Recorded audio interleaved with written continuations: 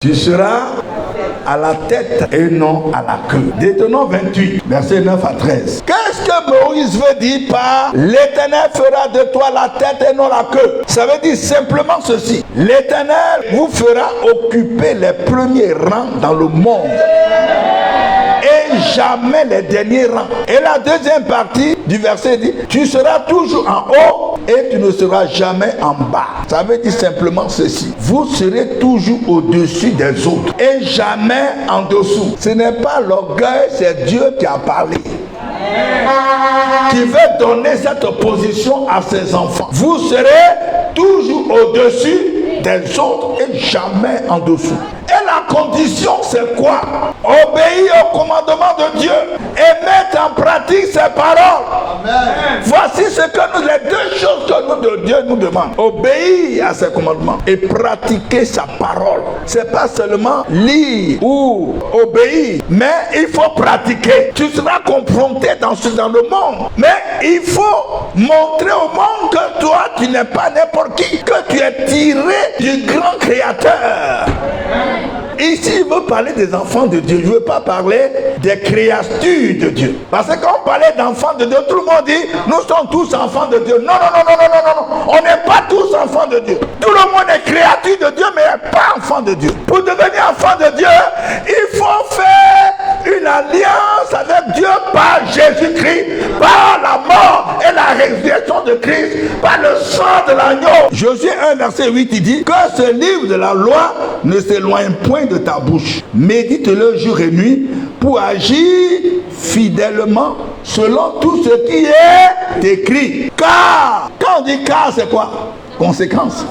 Car c'est alors, et puis il y a car et puis alors. Vous comprenez? Le français là, c'est clair. Car c'est alors que tu auras du succès dans tes entreprises. C'est alors que tu réussiras. La pratique de la parole de Dieu, ça donne du succès. Ça donne du succès. Ça donne la prospérité. Les non-juifs chrétiens, ou bien les païens convertis. Ça c'est nous ça, n'est-ce pas? Ou bien il y a des juifs ici?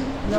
Cette parole a été adressée aux Juifs, au peuple de Dieu, qu'on le disait avant. Mais est-ce que cette promesse-là est pour les non-Juifs, les païens? Nous sommes des païens, mais des païens convertis.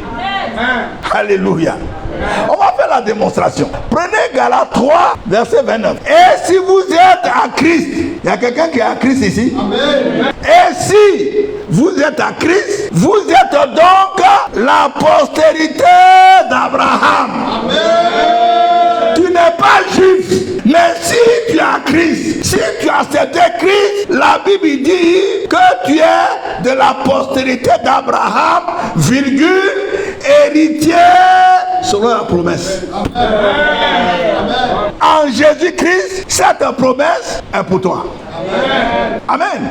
Amen. Et quand vous prenez Galates 3 à côté, verset 13 à 14, que je vous récite toujours ici. Galates 3, 13 à 14, on va reprendre. Christ nous a rachetés de la malédiction de la loi, étant devenu malédiction pour nous. Car il est écrit, maudit est quiconque est pendu au bois. Et puis c'est le verset 14, écoutez bien le verset 14. Afin que la bénédiction d'Abraham eût pour les païens, c'est-à-dire nous, vous savez, le plus souvent les gens qui ne connaissent pas Christ, on les appelle païens. Oh, nous tous sommes des païens, mais nous sommes des païens convertis. Afin que la bénédiction d'Abraham eût pour les païens son accomplissement en Jésus-Christ et que nous reçussions par la foi l'Esprit qui avait été promis. Amen. Donc, Christ nous a sanctifiés et nous a délivrés et il a fait de nous enfants d'Abraham afin que les bénédictions, l'héritage d'Abraham soit notre héritage. Amen. Même nous les Africains. Amen. Les sorciers, les mystiques, les satanistes, vous suivez même Dieu que vous ne voyez pas. C'est un menteur. Il dit même que Christ n'est pas mort. Il était en agonie, après s'est réveillé à la croix. Tout ça pour nous décourager. Mais nous, on sait, nous savons à qui nous avons cru. Alors continuons. Si nous sommes concernés par cette parole qui dit qu'on serait à la tête et non à la queue, qu'est-ce que Dieu désire pour ses enfants? Puisque maintenant, la Bible nous dit que nous sommes aussi enfants de Dieu. Nous faisons partie du peuple de Dieu par Jésus-Christ. Quelle est la pensée, si vous voulez, la pensée première de Dieu? C'est ça que je veux vous démontrer. Le désir de Dieu, c'est que ses enfants occupent les premiers rangs dans le monde, les premières places. Pourquoi? Dans quel but? Pour glorifier son nom. Amen. Mais regardez vous-même, quand vous avez un enfant qui se comporte bien, puis il est très intelligent, et puis quand il passe, on dit c'est enfant de qui? Hein? On dit c'est enfant de Mélès. On dit enfant de Wali. L'enfant de Nicaise aussi. Qui n'est pas encore né. Hein? L'enfant d'Aboya, je suis en train de citer ceux qui ont beaucoup d'enfants, quoi. Voilà. Le papa est fier. C'est la pensée de Dieu, ça. C'est-à-dire, dans le monde, les gens ne veulent pas obéir à Dieu. Ils font n'importe quoi. Ils vivent dans le péché. Ils vivent dans les crimes. Ils vivent dans l'adultère, l'impudicité, la fornication, le meurtre. Mais dans tout ce chaos-là, Dieu veut prendre un échantillon d'êtres humains pour en faire son peuple, pour en faire ses enfants. Vous voyez la première pensée de Dieu, pourquoi il a donné Jésus-Christ. C'est pourquoi Dieu a donné son Fils unique, pour qu'on le tue, pour que toi tu deviennes peuple de Dieu, par le sang de l'agneau. Donc ça veut dire quoi? Dans ma démonstration, tu n'es pas n'importe qui. Même si tu es noir, même si ta peau est noire, tu n'es pas n'importe qui. C'est ce qui est en toi qui intéresse Dieu. Tous les peuples verront que tu es appelé du nom de l'Éternel et ils te craindront, ils te respecteront. Ils sauront que le nom de Dieu est sur toi, le programme de Dieu est sur toi. Ils te voient même vivre selon la parole de Dieu. Ils vont te respecter. Quand j'étais encore en fonction, les gens me respectaient. Pourquoi? Parce qu'ils savent que je suis l'enfant de Dieu. Vous, au contraire, vous êtes une race élue, c'est-à-dire une race choisie. Tout le monde n'est pas enfant de Dieu. Celui qui n'est pas choisi n'est pas enfant de Dieu. Celui qui n'est pas venu à Dieu par Jésus-Christ, il n'est pas choisi, il n'est pas élu. Vous, au contraire, vous êtes une race élue, un sacerdoce royal. Un sacerdoce royal, ça veut dire que vous êtes des prêtres rois. Vous êtes des serviteurs rois, des servantes reines. Nous servons Dieu, mais nous sommes des rois. Amen. Nous sommes des reines. Nous ne sommes pas n'importe qui. La voilà, Dieu t'a donné cadeau pour le glorifier. Vous, au contraire, vous êtes une race élue, un sacerdoce royal. Mes amis, nous servons un roi. Jésus-Christ est le roi des rois, le Seigneur des seigneurs. Et pendant que nous le servons, il dit que vous aussi, vous qui me servez, vous êtes aussi des prêtres rois, des serviteurs rois, des servantes reines. Qu'on ne te voit pas parce que tu es africain, parce que tu es ceci, j'en viens. La parole t'a valorisé, mais toi-même, tu te diminues. Il dit une nation sainte, un groupe humain d'hommes et de femmes qui sont mis à part pour Dieu. Ce qu'on appelle nation sainte, sont mis à part. On les reconnaît par leur sérieux, par leur pratique de la parole de Dieu. Ils ne sont pas là pour faire des paroles partout. On les reconnaît. Même s'il y a beaucoup de faux parmi nous. Mais Dieu, la Bible dit, Dieu connaît ceux qui lui appartiennent. On est nombreux, mais Dieu sait qui est pour lui. Un peuple acquis, ça veut dire un peuple qu'il a racheté et qui est devenu sa propriété personnelle. Un peuple qu'il a racheté, un peuple qu'on a vendu et puis il est allé racheter. Et ça on appelle agorazo en grec. Agorazo, ça veut dire quoi? Ça dit on a vendu quelqu'un. Vous pensez que celui qui va revendre la personne ne va pas ajouter quelque chose pour avoir bénéfice? Ça devient plus cher. Oui. Mais Christ il dit, quel que soit le prix, je vais payer pour le sauver, pour l'arracher des mains des sorciers, des mains de Satan, des mains de ses ennemis. Je vais le racheter. Quel qu'en soit le prix, et il a payé le prix. Il a donné sa vie pour ça. Ce qui fait que Satan, ses démons, les sorciers ont des problèmes. Ils ont des problèmes avec les vrais chrétiens. Ils ont des problèmes parce qu'ils ne peuvent pas les toucher. C'est un peuple acquis. Un peuple qui appartient à Dieu. Tu ne peux pas toucher, tu touches des morts. Un peuple acquis. acquis. Un peuple que Dieu s'est réservé. Il ne faut pas toucher à ce peuple-là. Tu peux toucher à tout le monde.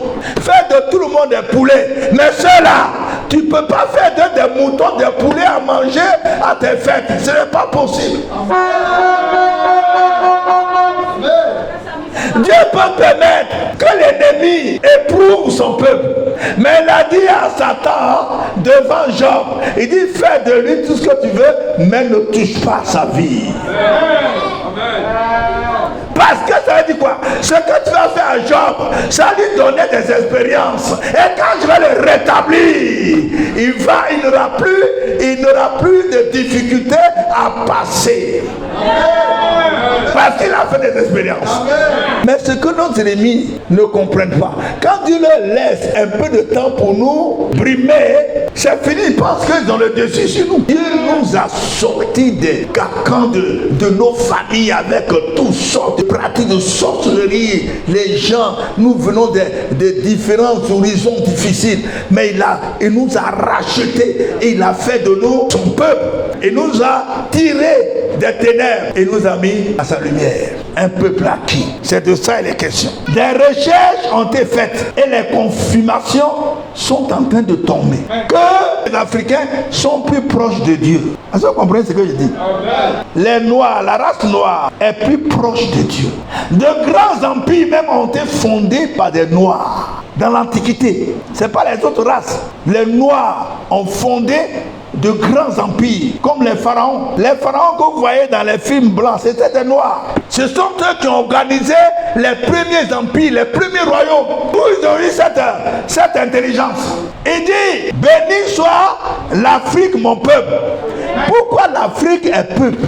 Parce que Dieu a utilisé l'Afrique pour former le peuple d'Israël. C'est en Afrique que le peuple d'Israël s'est formé. Eux, ils ont passé combien d'années? 430 ans. Quelqu'un qui est resté chez toi 430 ans. Et on l'appelle l'héritage de Dieu. Ça veut dire que toi aussi tu as quelque chose.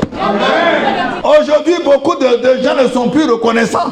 Ils sont restés chez les gens pour aller à l'école. Ils ont fait moins 10 ans, 15 ans dans la maison. Des gens qui ne sont pas leurs parents. Aujourd'hui, ils sont devenus quelqu'un.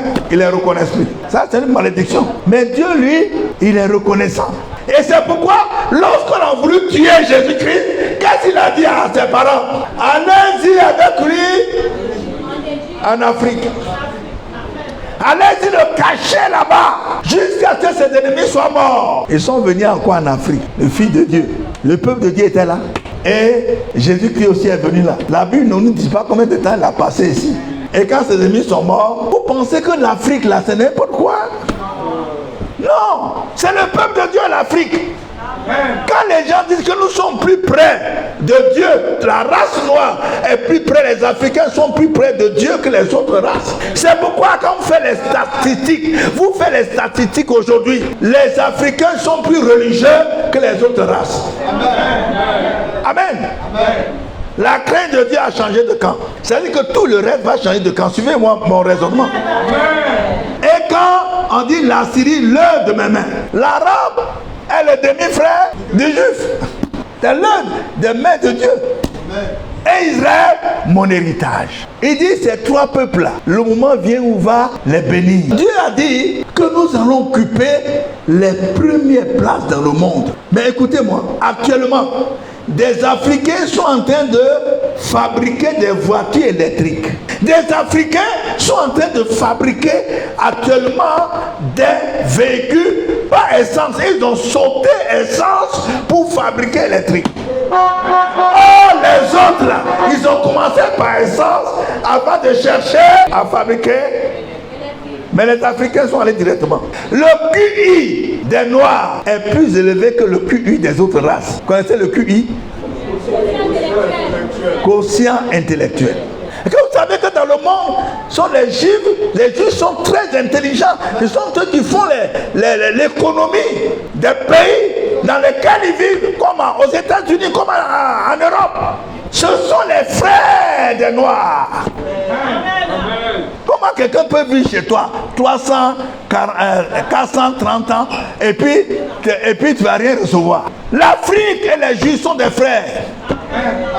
On est mélangés. Est-ce que la reine Séba n'a pas fait des enfants avec Salomon? On a mélangé. L'Afrique, Israël, c'est le même peuple. On parle des gens très intelligents, des Juifs très intelligents. Exode 35, les versets 30 à 35. Moïse dit aux enfants d'Israël, sachez que l'Éternel a choisi Betsalel, fils d'Uri, fils de Hur, de la tribu de Juda. Il a rempli de l'Esprit de Dieu, de sagesse, d'intelligence et de savoir pour toutes sortes d'ouvrages. Beaucoup d'Africains sont très très intelligents. Il y a beaucoup d'inventeurs parmi nous. Même des gens qui n'ont pas fait l'école.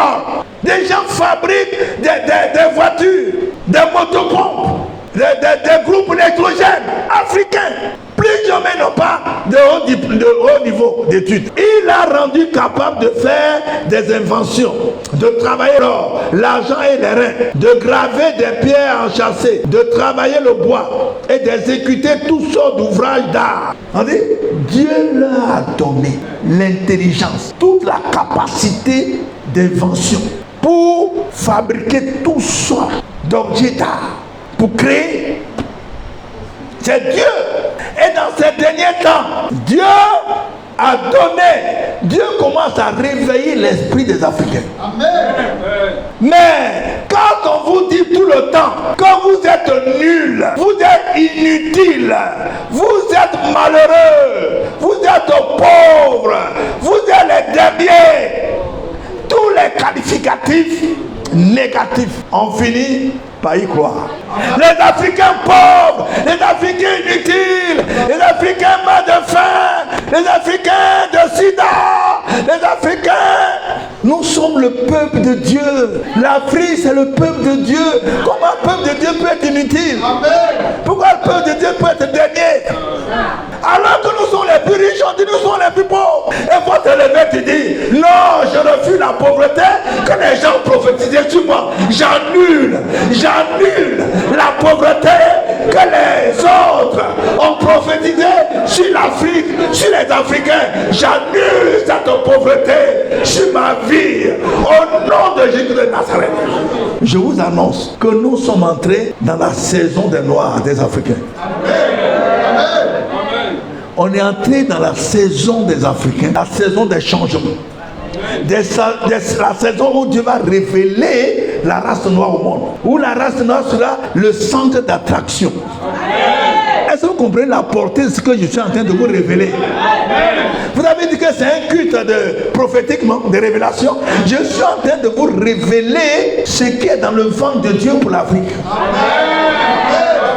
En ces jours-là, 10 hommes de toutes les langues des nations saisiront un Africain par le pan de son vêtement et diront, nous irons avec vous car nous avons appris que Dieu est avec vous les Africains. Nous avons appris que Dieu est avec vous. Nous viendrons là-bas pour chercher Dieu. On souffre ici. Ça veut dire que là-bas, là, il n'y a plus Dieu. La souffrance a commencé. Ils vont courir chercher Dieu. Oh! Ils disent ils ne vont pas chercher Dieu. Ils se marient entre eux. Mais le moment viendra. Ils vont faire divorce de tout ce qu'ils sont en train de faire pour chercher Dieu. Et ils vont venir chercher Dieu en Afrique. Regardez, le premier président a fait quelque chose d'important. Premier président de la Côte d'Ivoire. Il a fait alliance avec Israël. Au moment où on dit, bon, donnez de l'argent, on va planter quelques arbres. Lui, il est allé la planter une forêt. Ceux qui vont en Israël, hein, vous allez, il y a un lieu pour la Côte d'Ivoire.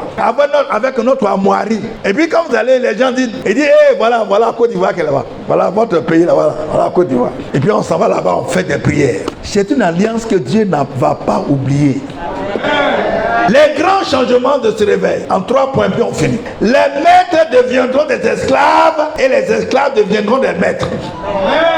Que ceux qui ont des oreilles entendent ce que dit l'Esprit aux Africains. Les maîtres deviendront des esclaves et les esclaves deviendront des maîtres. Le pouvoir va changer demain. Il y a quelqu'un qui disait, si on ne fait pas attention, nos enfants vont aller chercher du travail en Afrique. Quelqu'un disait ça. Ils retiendront captifs ceux qui les avaient retenus captifs. Et ils domineront sur leurs ennemis. Ésaïe 14, 2. Matthieu 19, 30. Marc 10, 31 dit, plusieurs des premiers